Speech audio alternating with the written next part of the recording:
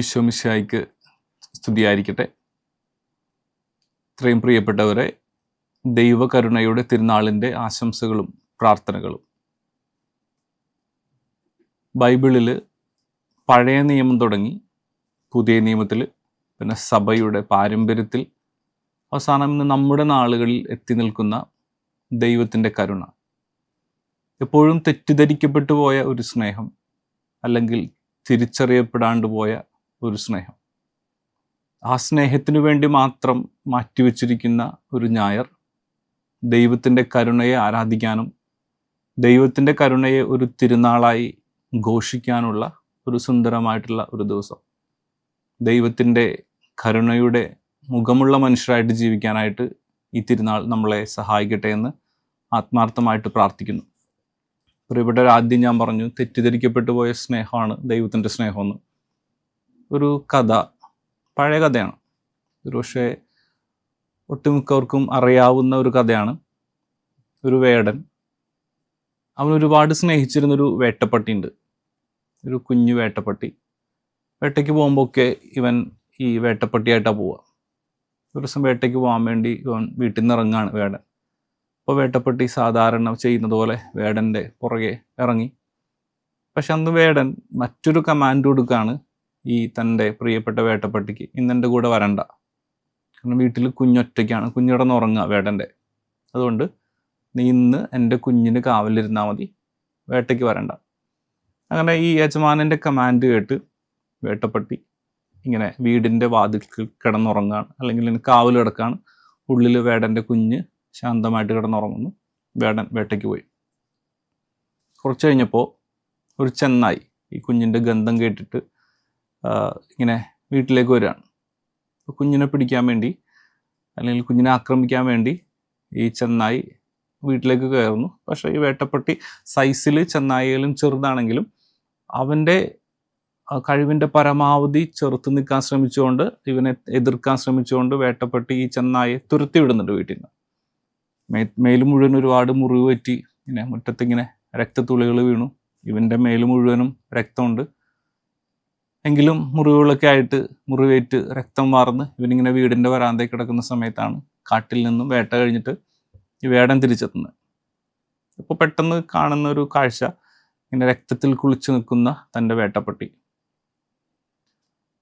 വേടൻ്റെ മനസ്സിലേക്ക് പെട്ടെന്ന് പോയ ചിന്ത, ഈ നന്ദികെട്ട മൃഗം എൻ്റെ കുഞ്ഞിനെ കൊന്നു, കടിച്ചു തിന്നു എന്നാണ്. അകത്തേക്ക് പോയി നോക്കാണ്ട്, ഒന്ന് വെരിഫൈ ചെയ്യാണ്ട്, തൻ്റെ അരയിലുണ്ടായിരുന്ന കത്തി ഊരിയിട്ട് ഈ വേട്ടപ്പട്ടിയെ ഇങ്ങനെ വേടൻ കുത്തി കൊന്നോളയും. അകത്തേക്ക് ചെല്ലുമ്പോൾ അറിയുന്നത്, ഒന്നും അറിയാണ്ട് തൻ്റെ കുഞ്ഞ് ശാന്തമായിട്ട് കിടന്നുറങ്ങുന്നത്. ഇതുപോലെ തെറ്റിദ്ധരിക്കപ്പെട്ടു പോയ സ്നേഹമാണ് ക്രിസ്തുവിൻ്റെ. ആ തെറ്റിദ്ധരിക്കപ്പെട്ടു പോയ സ്നേഹം തിരിച്ച് നമ്മുടെ ഹൃദയങ്ങളിലേക്ക് കൊണ്ടുവരാനും സ്നേഹത്തിൻ്റെ പുതിയ സന്ദേശമായിട്ട് ദൈവകരുണയുടെ മുഖമുള്ള മനുഷ്യരായിട്ട് ജീവിക്കാനായിട്ടാണ് ഈ തിരുനാൾ നമ്മളെ വിളിക്കുക. ഈ തിരുനാളിൻ്റെ ഒരു അടിസ്ഥാന ഘടകം എന്ന് വെച്ച് കഴിഞ്ഞാൽ, ബൈബിളിൽ പഴയ നിയമം തുടങ്ങി പുതിയ നിയമത്തിൽ, അതിനുശേഷം സഭയുടെ പാരമ്പര്യത്തിലൊക്കെ ഒരുപാട് പറയുന്നുണ്ട് ദൈവത്തിൻ്റെ കരുണയെക്കുറിച്ച്. പ്രത്യേകമായിട്ട് സഭാപണ്ഡിതന്മാരെന്ന് നമ്മൾ വിളിക്കുന്ന Augustine of Hippo, Thomas Aquinas, ഇവരൊക്കെ പറയുന്നത് ദൈവത്തിൻ്റെ കരുണ നമുക്ക് കൂടുതൽ പ്രകടമാകുന്നത് ഈശോയുടെ പീഡാനുഭവത്തിലും അവൻ്റെ ഉദ്ധാന മഹാരഹസ്യത്തിലാണെന്നാണ്. അതിനുശേഷം ഇവർ പറയുന്ന ഏറ്റവും സുന്ദരമായിട്ടുള്ള കാര്യം, ഇത് നമുക്ക് അനുദിനം പ്രകടമാകുന്നത് നമ്മൾ സ്വീകരിക്കുന്ന കൂദാശകളായ കുംഭസാരത്തിലും ദിവ്യബലി അർപ്പണത്തിലുമാണെന്നാണ്, ദിവ്യകാരുണ്യത്തിലുമാണെന്നാണ്. ഈ ഈശോയുടെ ദൈവകരുണയുടെ തിരുനാളിന് തുടക്കം കുറിക്കുന്നത് വിശുദ്ധ ഫൗസ്റ്റീനയ്ക്ക് കിട്ടുന്ന വെളിപ്പെടുത്തലുകളിലൂടെയാണ്. ഒരു സിസ്റ്ററായിരുന്ന വിശുദ്ധ ഫൗസ്റ്റീനയ്ക്ക് ഒരുപാട് പ്രാവശ്യം ഈശോയുടെ വെളിപ്പെടുത്തലുകൾ ഉണ്ടാകുന്നു. അത് തൻ്റെ ആത്മീയ പിതാവിനോട് പങ്കുവയ്ക്കുന്നു. അത് മുഴുവനും the divine mercy in my soul, എൻ്റെ ആത്മാവിലുള്ള ദൈവകരുണ എന്ന അവളുടെ കൊച്ചു കൈപ്പുസ്തകത്തിൽ, ഡയറിയിൽ, സ്പിരിച്വൽ ഡയറിയിൽ അവൾ എഴുതി വയ്ക്കുന്നു. അതിനുശേഷം ഈ ആത്മീയ ഗ്രന്ഥത്തിന്, അല്ലെങ്കിൽ ഈ ഒരു പുതിയ ആത്മീയ തുടക്കത്തിന്, ദൈവകരുണയുടെ തുടക്കത്തിന് അതൊരു നിമിത്തമായിട്ട് മാറുകയാണ്. എന്തൊക്കെയായിരുന്നു വിശുദ്ധ ഫൗസ്റ്റീനയിലൂടെ ദൈവം വെളിപ്പെടുത്തിയ ദൈവകരുണയുടെ ഉപാധികളെന്ന് നമുക്ക് നോക്കാം. വിശുദ്ധ ഫൗസ്റ്റീനയുടെ സന്ദേശം ഇതാണ്. അവളുടെ ദൈവാനുഭവങ്ങൾ. ആദ്യമായിട്ട് ദൈവം അവളോട് പറയുന്നത് ദൈവകരുണയുടെ ഒരു ചിത്രം വരയ്ക്കുക എന്നാണ്. അതിനുശേഷം ദൈവകാരുണ്യത്തിൻ്റെ അല്ലെങ്കിൽ ദൈവകരുണയുടെ തിരുനാൾ സ്ഥാപിക്കുക, ഡിവൈൻ മേഴ്സി ചാപ്ലറ്റ്, നമ്മളൊക്കെ ചൊല്ലുന്ന കരുണക്കൊന്ത എന്ന് പറയും, കരുണക്കൊന്ത ചൊല്ലുക. അതിനുശേഷം Jesus I trust in you എന്ന വിശ്വാസ സന്ദേശം പ്രകടിപ്പിക്കുക അല്ലെങ്കിൽ പ്രഘോഷിക്കുക. ഈശോയെ ഞാനെങ്കിൽ ശരണപ്പെടുന്നു, Jesus I trust in you. ഇതാണ് അവളിലൂടെ ഈ ലോകത്തിന് ലഭിച്ച ഒരു സന്ദേശം, ദൈവകരുണയുടെ സന്ദേശം എന്ന് പറയാം. ഫൗസ്റ്റീനയുടെ മരണത്തിന് ശേഷം ഇത് യൂറോപ്പിൽ വളരെ പെട്ടെന്ന് എന്ന് പറയാം, വളരെ പെട്ടെന്ന് ഡിവൈൻ മേഴ്സിയുടെ ഈ ഒരു സന്ദേശം വ്യാപിച്ചു. പക്ഷേ കുറച്ച് നാൾ കഴിഞ്ഞപ്പോൾ ഇതിൻ്റെ ട്രാൻസ്ലേഷൻ പ്രോബ്ലംസ് എന്നാണ് പറയുക, അതിൻ്റെ വിവർത്തനപരമായിട്ടുള്ള കുറച്ച് സംഗതികൾ കൊണ്ട് ഇത് നിന്നുപോയി, അല്ലെങ്കിൽ വർത്തിക്കാൻ കുറച്ച് നാളത്തേക്ക് ഇത് സ്റ്റോപ്പ് ചെയ്തു. പക്ഷെ വീണ്ടും വിശുദ്ധ ഫൗസ്റ്റീനയെ വിശുദ്ധ പദവിയിലേക്ക് ഉയർത്തിയതിനു ശേഷം ഈ ഭക്തി വീണ്ടും സഭയിൽ ആരംഭിക്കുന്നു, വർത്തിക്കാൻ അംഗീകാരം കൊടുക്കുന്നു. വിശുദ്ധ ജോൺ പോൾ പാപ്പയാണ് ഡിവൈൻ മേഴ്സി സൺഡേ, ഈസ്റ്ററിന് ശേഷം വരുന്ന ഞായറാഴ്ച ഡിവൈൻ മേഴ്സിയുടെ ദൈവകരുണയുടെ തിരുനാൾ ആഘോഷിക്കണമെന്ന് സഭയോട് ആഹ്വാനം ചെയ്യുക. പ്രിയപ്പെട്ടവരെ, എങ്ങനെയാണ് ദൈവകരുണയുടെ ഈ ഒരു സന്ദേശം ഇന്നത്തെ ലോകത്തിൽ ജീവിക്കാനായിട്ട് നമുക്ക് പറ്റുക?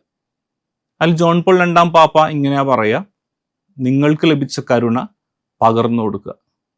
ദൈവത്തിൻ്റെ കരുണയുടെ ജീവിക്കുന്ന മനുഷ്യരായിട്ട് നിങ്ങൾ മാറുക. എന്നിട്ട് പാപ്പ ചോദിക്കുന്ന ഒരു ചോദ്യം, എന്തുമാത്രം കാരുണ്യമാണ് ദൈവത്തിൽ നിന്നും മനുഷ്യനിൽ നിന്നും നാം ഓരോ ദിവസവും സ്വീകരിച്ചിട്ടുള്ളത്? ശരിയാണ്, ഇന്ന് ഒരു ദിവസത്തെക്കുറിച്ച് ഒന്ന് ചിന്തിച്ചു നോക്കുക. രാവിലെ എഴുന്നേറ്റത് മുതൽ ഇത്രയും സമയം വരെ ഒരുപാട് പേര് നമ്മളോട് കാരുണ്യം കാണിച്ചിട്ടുണ്ട്. ചിലപ്പോൾ ഒരു അപരിചിതന് നൽകുന്ന സുന്ദരമായിട്ടുള്ള ഒരു ചിരി പോലും കരുണയാണ്.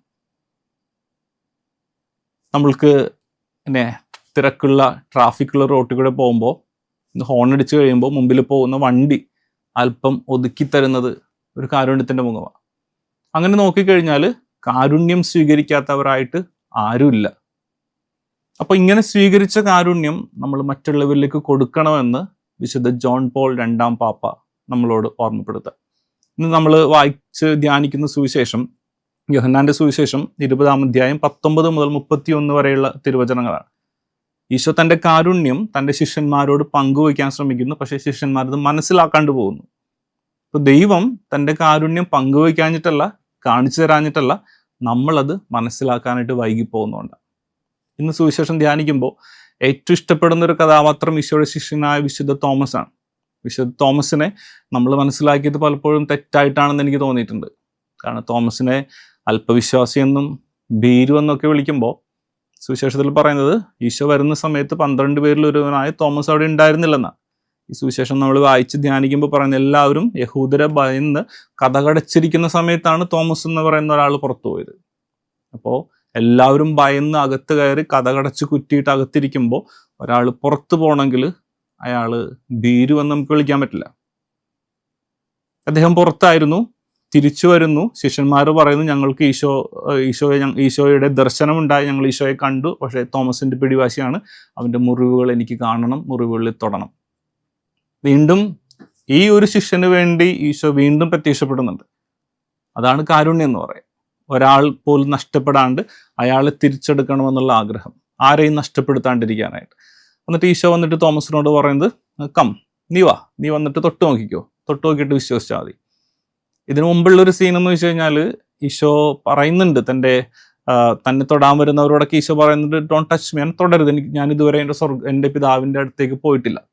പക്ഷെ ഇവിടെ പ്രിയപ്പെട്ട ശിഷ്യന് വേണ്ടിയിട്ട് ആ ഒരു പോളിസി പോലും ഈശോ മാറ്റി വെച്ചിട്ട് പറയാം, നീ ഒന്ന് തൊട്ടോ, കാരണം നീ എൻ്റെ കാരുണ്യം തൊട്ടനുഭവിക്കുക, നീ എൻ്റെ സ്നേഹം തൊട്ടനുഭവിക്കുക, എങ്കിൽ മാത്രമേ നിനക്ക് എൻ്റെ കരുണ പ്രഘോഷിക്കാൻ പറ്റുള്ളൂ. പ്രിയപ്പെട്ടവരെ, ദിവ്യകാരുണ്യത്തോട് ചേർന്നിരിക്കാത്തവർക്കൊന്നും ദൈവത്തിൻ്റെ കാരുണ്യം കൊടുക്കാൻ പറ്റില്ല. ദൈവത്തിൻ്റെ കാരുണ്യം കൊടുക്കാത്തവരാരും ദിവ്യകാരുണ്യത്തോട് ചേർന്നിരുന്നിട്ടുമില്ല. ഇങ്ങനെ ഈ കഴിഞ്ഞുപോയ ഈസ്റ്റർ ദിവസങ്ങളിലൊക്കെ ഇങ്ങനെ സുവിശേഷം ധ്യാനിക്കുമ്പോൾ ഉള്ളിലൊന്നൊരു ചിന്ത, ഈശോ തൻ്റെ പ്രിയപ്പെട്ട ശിഷ്യന്മാരോട് ചോദിക്കുന്നുണ്ട്, 1 മണിക്കൂർ പ്ലീസ് എൻ്റെ കൂടെ 1 മണിക്കൂർ ഇരിക്കാൻ പറ്റുമെന്ന് ചോദിക്കുന്നുണ്ട് ഗെത്സമനിൽ പ്രാർത്ഥിക്കാൻ പോകുമ്പോൾ. ശരിക്കും അങ്ങനെയാ. ശരിക്കും എന്ന് വെച്ച് കഴിഞ്ഞാൽ ഇങ്ങനെ വേദനയിലൂടെ കടന്നു പോകുമ്പോൾ ആരെങ്കിലുമൊക്കെ ഇന്ന് കൂടെ ഉണ്ടെങ്കിൽ ഒന്നിങ്ങനെ ചേർത്ത് പിടിച്ചിരുന്നെങ്കിൽ ഒന്നും മിണ്ടാണ്ട് ഒരാളിങ്ങനെ ഉണ്ടായിരുന്നെങ്കിൽ എന്നൊക്കെ ചിന്തിച്ചു പോകാറുണ്ട്. അപ്പം അതുകൊണ്ടായിരിക്കും ഈശോ ചോദിച്ചത് 1 മണിക്കൂറെങ്കിലും എൻ്റെ കൂടെ ഒന്ന് പ്ലീസ് എൻ്റെ കൂടെ ഒന്ന് ഇരിക്കാൻ പറ്റുമോ. ആരും ഉണ്ടായില്ല.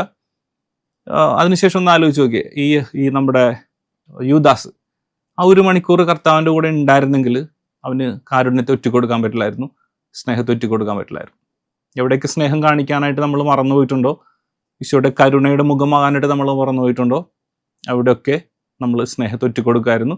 അവിടേക്ക് ദിവ്യകാരുണ്യത്തോട് ചേർന്നിരിക്കാനായിട്ട് നമ്മൾ മടി കാണിക്കായിരുന്നു. ഈശോയുടെ ദൈവകരുണയുടെ ഈ തിരുനാൾ ആഘോഷിക്കുമ്പോൾ നമുക്കും പ്രാർത്ഥിക്കാം, ഈശോയെ നിൻ്റെ ദൈവകരുണയുടെ കൂടെ ആയിരിക്കാനും ആ കരുണയുടെ മുഖമായിട്ട് മാറാനും ഞങ്ങളെ സഹായിക്കണമേ. ഈ ദിവസങ്ങളൊക്കെ ട്രെൻഡിങ് ആയിട്ട് ഓടിക്കൊണ്ടിരിക്കുന്ന ഒരു സിനിമയുണ്ട്, വാഴ 2 എന്ന് പറയുന്നത്. ഒരുപാട് ഹൃദയത്തിങ്ങനെ പിടിച്ചു കുലുക്കുന്ന കുറേ സീൻസ് ഉണ്ട് അതിൻ്റെ അകത്ത്. അതിൽ പെങ്ങളെ വിളിച്ചിട്ട് ഒരാവശ്യത്തിന് വേണ്ടി ആങ്ങളെ വിളിച്ചിട്ട് ഇങ്ങനെ കരയുമ്പോൾ കുറേ കഴിഞ്ഞതിന് ശേഷം ഇവൻ പറയുന്നുണ്ട്, നീ ചെയ്തോ, ആര് ചെയ്തു തരും ഇതൊക്കെ. അപ്പോൾ ഇവൻ ആങ്ങളെ പറയുന്നൊരു മറുപടിയാണ്, ഞാനല്ലാണ്ട് പിന്നെ ആര്.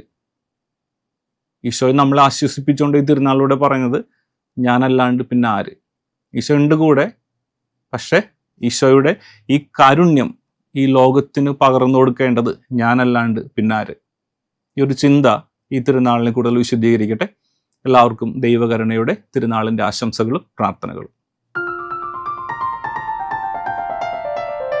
വചനജായ വചനജായ വചനജായ വചനജായ